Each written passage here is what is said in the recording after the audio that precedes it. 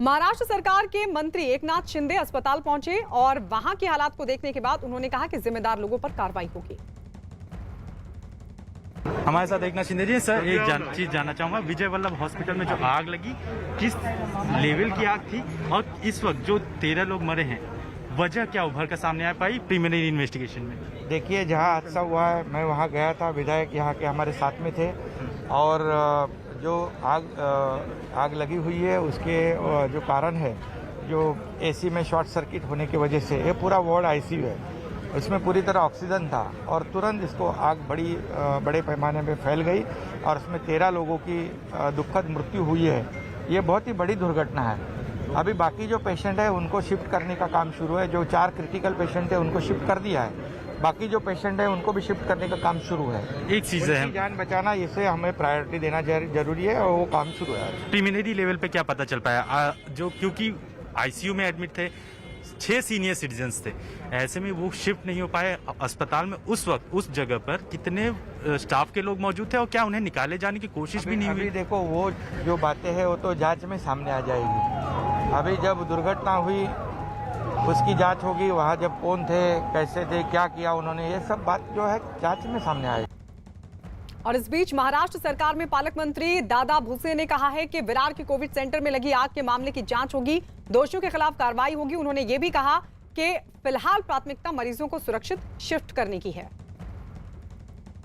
हमारे साथ दादा भुसे जाइए, उनसे जानने की कोशिश करते हैं। सर, ये इसका पूरा आपने जायजा लिया है, आपको इसमें किसकी गलती दिखाई देती है? आपने क्या जो जायजा लिया उसमें आपको क्या पता चला? चौकसी की जाएंगी, जांच में जो भी सामने आएगा, जिसका भी गलती होगा उसके ऊपर कठोर कार्रवाई की जाएगी। लेकिन जो कि आपने देखा कि कई सारे लोगों को, कई सारे पेशेंट्स को यहाँ से शिफ्ट किया गया है, हालांकि उन्हें कहाँ शिफ्ट किया गया है? जो फर्स्ट इन्फॉर्मेशन है उन्हें मुंबई में शिफ्ट किया, तो यहाँ पर क्या इंफ्रास्ट्रक्चर की कमी है?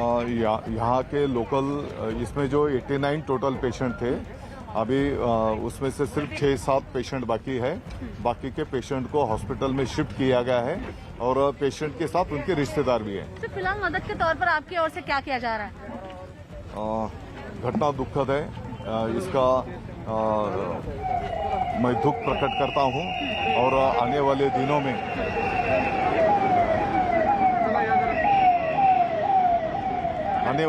में इससे हमको सबको सीख लेना पड़ेगी। विरार हादसे पर महाराष्ट्र के स्वास्थ्य मंत्री राजेश टोपे का बेतुका बयान सामने आया। उन्होंने क्या कहा, आइए सुनवाते हैं आपको। हमारी तरफ से, राज्य सरकार की तरफ से पूरी मदद करेंगे। 5 लाख रुपए राज्य सरकार की तरफ से गवर्नमेंट मदद करती है। महानगर पालिका की तरफ से 5 लाख मदद किया जाएगा। 10 लाख रुपए मदद करने की जो नासिक में घटना घटी है उसी टाइप में हम मदद करेंगे। इम्प्लीमेंटेशन नहीं हो रहा है तो जो इम्प्लीमेंट नहीं कर रहे उनको बिल्कुल बहुत सख्ती से कार्रवाई उन पे की जाएगी। इसमें डिटेल जांच की जाएगी। महाराष्ट्र के पालघर में हॉस्पिटल में आग लगने की घटना और इस हादसे पर प्रधानमंत्री कार्यालय ने ट्वीट कर दुखद बताया और प्रधानमंत्री ने अपने ट्वीट में लिखा, विरार के कोविड अस्पताल में आग लगने की दुखद घटना सामने आई है। हादसे में हताहत लोगों के परिवार वालों के प्रति मेरी पूरी संवेदना है। घायलों के जल्द ठीक होने की कामना है। महामारी से सबसे बड़ा बचाव है सावधानी, लेकिन जो लोग इसकी चपेट में आ रहे हैं उनमें से कुछ ऐसे भी जिन्हें अस्पतालों में भर्ती करने की नौबत आ रही है। देश की बड़ी आबादी के लिहाज से हेल्थ इंफ्रास्ट्रक्चर पहले से ही बहुत कम है और इसलिए अस्पतालों में बेड की कमी है। जिन लोगों को बेड भी मिल रहे हैं उन्हें ऑक्सीजन नहीं मिल पा रही है। ऑक्सीजन की इस किल्लत के पीछे सबसे बड़ा हाथ है काला बाजारी करने वाले उन मुनाफाखोरों का जिन्होंने लोगों की एक एक सांस की मोटी कीमत वसूलनी शुरू कर दी है।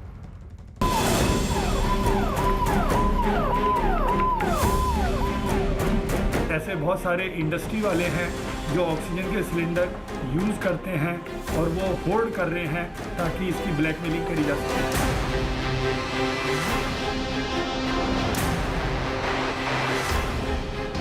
उनको प्रॉब्लम हो रही है, हम लोग हेल्पलेस है, हम लोग 7 दिन से पूरा दौड़ रहे हैं हर चीज़ के लिए।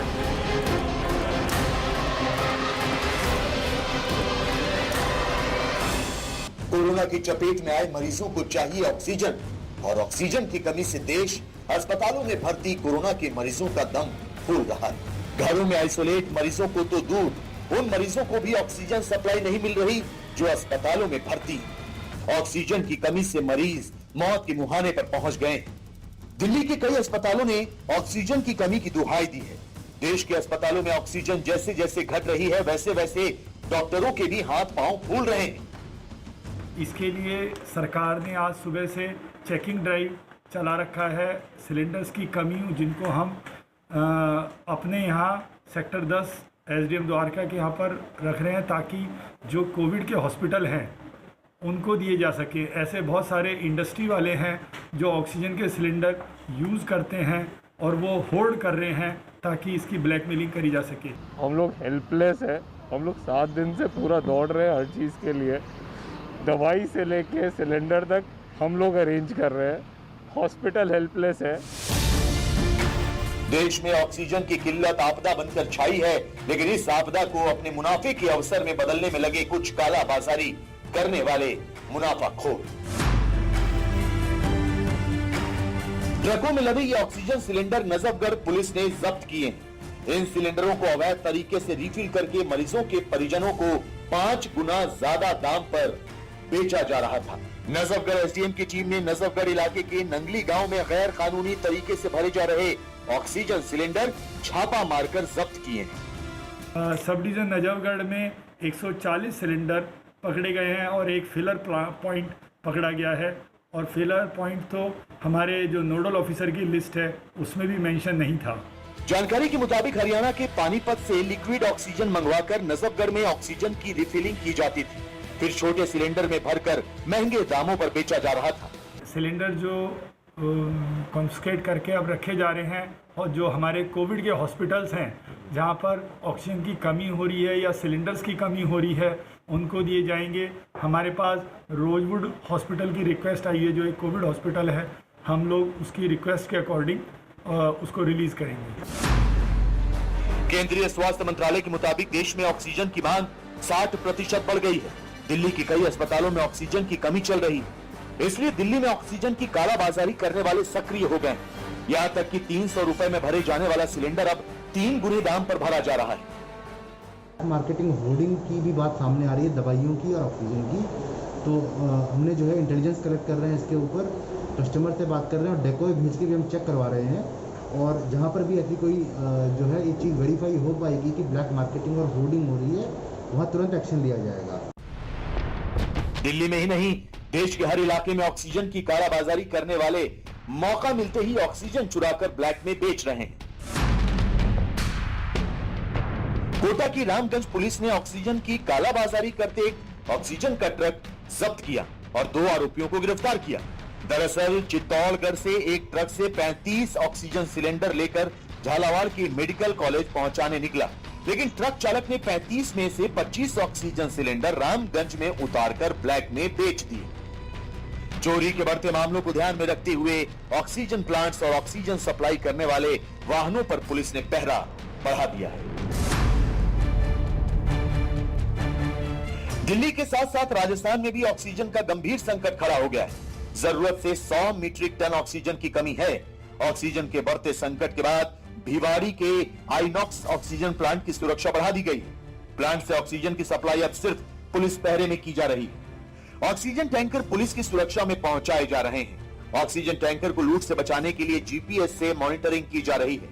ये तस्वीरें जयपुर दिल्ली हाईवे की हैं। पुलिस के एस्कॉर्ट में चल रहे ऑक्सीजन टैंकर सिर्फ एस्कॉर्ट नहीं, पुलिस के बंदूकधारी सिपाही ऑक्सीजन टैंकर के साथ चल रहे हैं। जिस भी जगह रास्ते में टैंकर रुक रहे हैं, पुलिस पहरा देती है। और जहाँ तक पुलिस व्यवस्था का सवाल है, पुलिस व्यवस्था यही है कि चूंकि अभी ये नेशनल असेट हो चुके हैं ऑक्सीजन प्लांट्स, तो इनकी सुरक्षा के लिए भी, और यहाँ कोई आस पड़ोस में यातायात की जाम की आदि की कोई समस्या नहीं हो, कानून व्यवस्था की समस्या नहीं हो, इसके लिए आप पुलिस की तैनाती।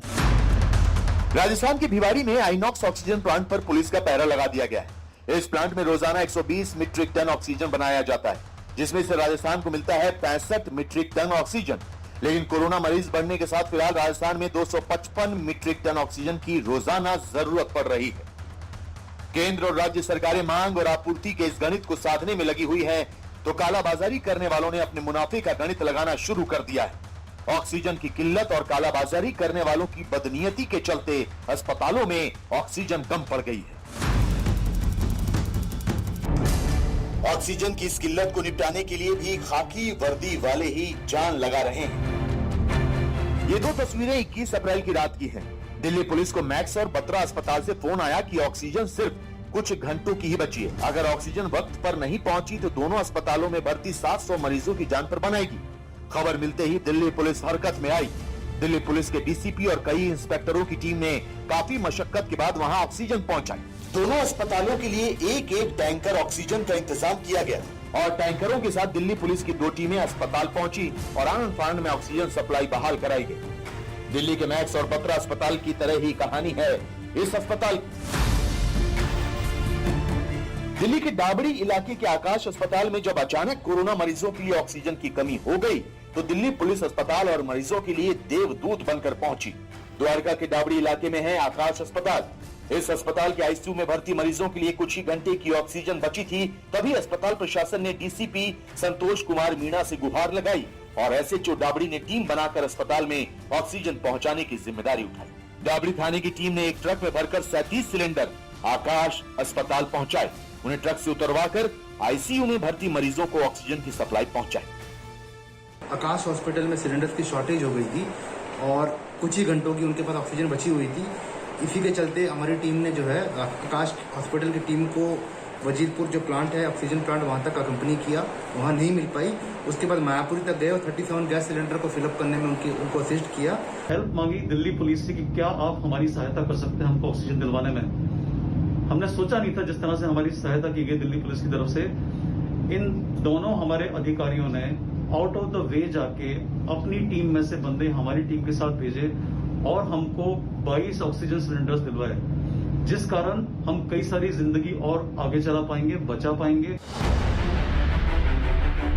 महामारी के महासंकट में जब देश की सांसें डूब उतर रही हैं, तब खाकी वाले देश की नब्ज चलाने के लिए ऑक्सीजन की सप्लाई देने में डटे हैं, दवाएं पहुंचाने में डटे हैं। लेकिन कुछ ऐसे भी मुनाफाखोर हैं जिन्होंने सांस सांस का मोल वसूल कर अपनी तिजोरियां भरने की ठानी। लेकिन इन बेईमानों पर खाकी वाले और जनता वाले मददगारों का हौसला भारी है।